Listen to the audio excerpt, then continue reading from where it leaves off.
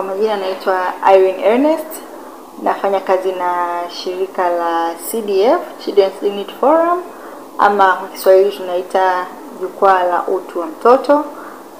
Niko hapa kama mratibu programu, tathmini na ufuatiliaji, lakini pia kwa kipindi hiki kichache niko na mkaimu mkurugenzi wetu ambaye yuko safarini. CDF ilianzishwa mwaka 2006 na lengo lake kuu ni kulinda na kutetea haki na utu wa mtoto. Kama nilivyosema pale awali, shirika linajikita katika kulinda haki za mtoto. Nikisema haki za mtoto inamaanisha haki zote ambazo mtoto amepewa kwenye sheria ile ya mtoto kama ya mwaka 2009, ikiwemo haki ya kulindwa, haki ya kusikilizwa, haki ya kupewa elimu, haki ya kuishi mazingira salama, lakini pia mtoto ana haki ya kucheza.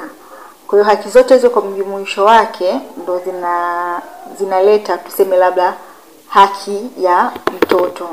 Kwanza kabisa tunachokifanya ni kumjengea uelewa kwamba akifanyiwa kitendo chochote hatakiwi kukaa kimya. Na nikisema kumjengea uelewa, tutamjengea uelewa kwa yeye kujua haki zake. Akifahamu haki zake inamaanisha ataripoti, lakini pia tunamjengea uelewa wa kujua nini ni sahihi na nini si sahihi. Kwamba ukifanywa hichi ni sawa lakini hichi si sawa. Lakini pia hapo umeongelea kuhusu kuripoti kwa polisi. Sisi tunahamasisha sana watoto kupiga ile namba 116 ambayo inasikiliza kesi zote za watoto. Kwa hiyo inawapunguzia wao kwenda polisi. Sio kwamba tunawakataza, lakini pia inawapunguzia wao huo mlolongo. Lakini pia tuna walimu wa club mashuleni.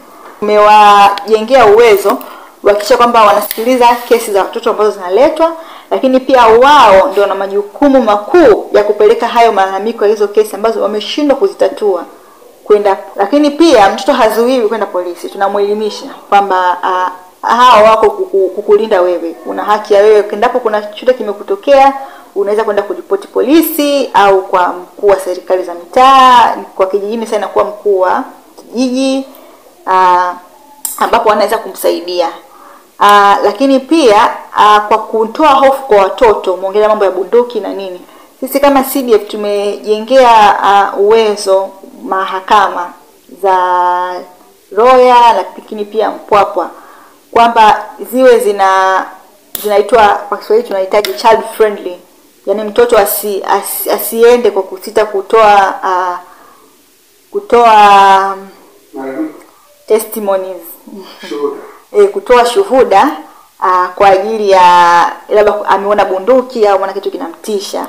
Mara nyingi tumewajengea tumejenga hizo mahakama, zimekuwa tumepeleka TV na vifaa vingine muhimu, ambapo mtoto anakaa kwenye chumba tu peke yake, anaongea anachoweza kuongea, lakini kule kwenye mahakama wanamsikia na kumuona kwenye television. Kwa mtoto anakuwa yuko huru, ambapo anakuwa hana ile uoga kuongea endapo anamwona aliyemfanyia matendo hayo au polisi mwenye bunduki. Lakini pia tunawajengea uwezo wa kuona kwamba zile bunduki haziko kuwapiga nyinyi. Zile bunduki zipo kuwalinda nyinyi. Kwa hiyo tunaondolea hofu, niseme hofu ya kuripoti, na tunawajengea uwezo namna gani wanaweza kuripoti. Lakini pia kama kwa juhudi za serikali, nadhani wameweka shuleni suggestion box zile. Tunahamasisha kama uwezi kuongea kwa mtu, basi andika kule na majina yako utasikilizwa. Na tumewaelimisha walimu utaratibu mzuri wa kufungua na kusikiliza kesi za watoto. Wito wangu kwa watoto ni kutokukaa kimya, kuvunja ukimya. Endapo amefanywa matendo ya kikatili, sio lazima kubakwa, lakini pia amepigwa kupita kiasi au ameumizwa kwa maneno makali, aidha na mzazi, mwalimu au mtu mwenzake, anatakiwa avunje ukimya, sio kukaa kimya, aenda karipoti. Walimu waepuke kumchapa mtoto viboko. Wamchape endapo wameshindwa kabisa, kama ule muongozo unavyosema. Wakishindwa kabisa kumkanya mtoto, yani kila kitu wamejaribu, kimeshindikanika ndio waende kumchapa huyo mtoto, lakini pia wapate muongozo ambao unasema mtoto achapwe viboko 3. Kwa mtoto wa kike atakiwa achapwe mkononi, wa kiume